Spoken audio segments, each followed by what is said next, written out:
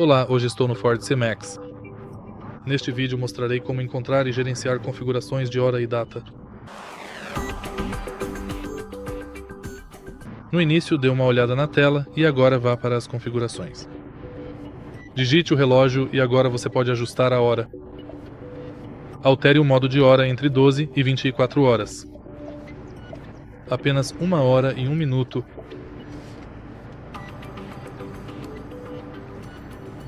Você pode habilitar ou desabilitar a atualização automática do fuso horário e então redefinir o relógio para a hora do GPS.